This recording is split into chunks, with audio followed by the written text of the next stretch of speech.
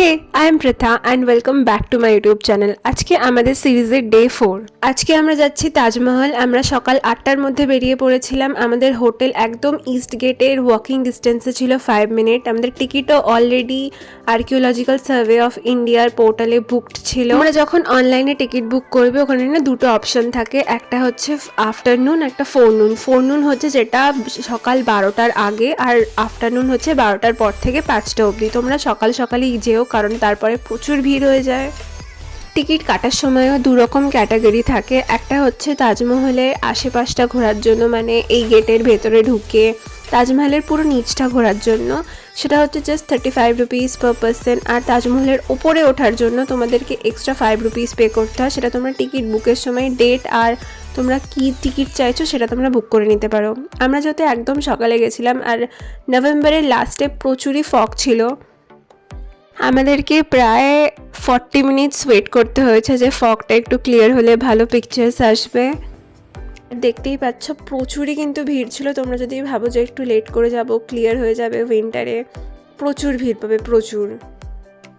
ওখানে তোমরা photographers higher করতে পারো, কারণ এখান থেকে দেখছো যে অনেকটাই ক্লিয়ার নয় বা দূরে আসছে। তোমরা যদি ফটোগ্রাফার হায়ার করো না, তো একটু সামনে গিয়ে দেখবে একটা অ্যাক্সেস থাকে, সেখান থেকে একদম মিডলে তোমরা পিকচার ক্লিক করতে পারবে, যেটা ফটোগ্রাফার না থাকলে কিন্তু পসিবল না।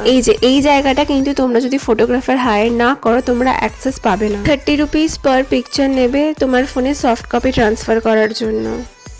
যতক্ষণ আমরা ফটোস ক্লিক করছিলাম খুব সুন্দরই রোদ্দুর উঠে গেছিলো জাস্ট 1 ঘন্টার মধ্যে।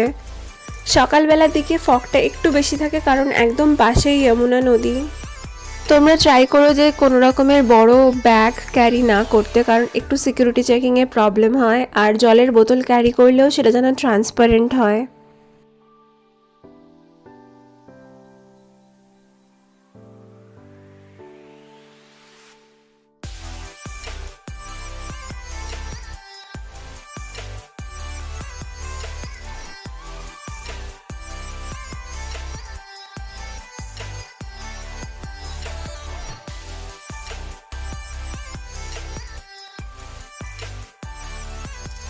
আমরা যেহেতু 5:35-এর টিকিটটা নিয়েছিলাম, তাই আমরা শু কভার নিয়ে চলে গেছিলাম তাজমহলের ওপরে ওঠার জন্য।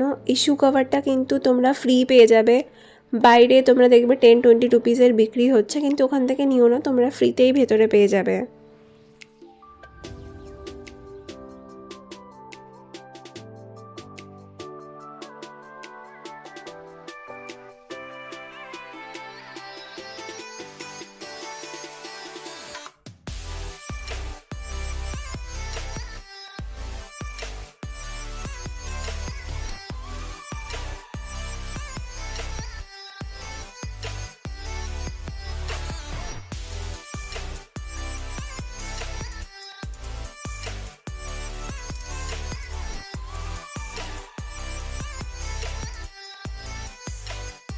আর এই যে তাজমহলের একদম পাশেই তোমরা দেখতে পেয়ে যাবে যমুনা নদী। উইন্টারে জলটা একটু কম ছিল, কিন্তু খুব সুন্দর একটা তোমরা সিনারি দেখতে পাবে। আর তাজমহল যেহেতু একদম পিওর হোয়াইট মার্বেলে, হ্যাঁ একটু ইয়েলিশ হয়ে গেছে এখন, কিন্তু রোদ্দুর উঠলে এত সুন্দর দেখতে লাগে, তোমরা অনেক ভালো ফটোস ক্লিক করাতে পারবে।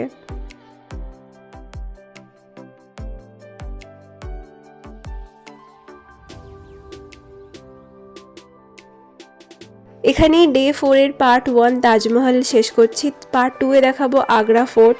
সো তাড়াতাড়ি তোমরা সাবস্ক্রাইব করে নাও, আর খুব তাড়াতাড়ি আসছে পার্ট 2।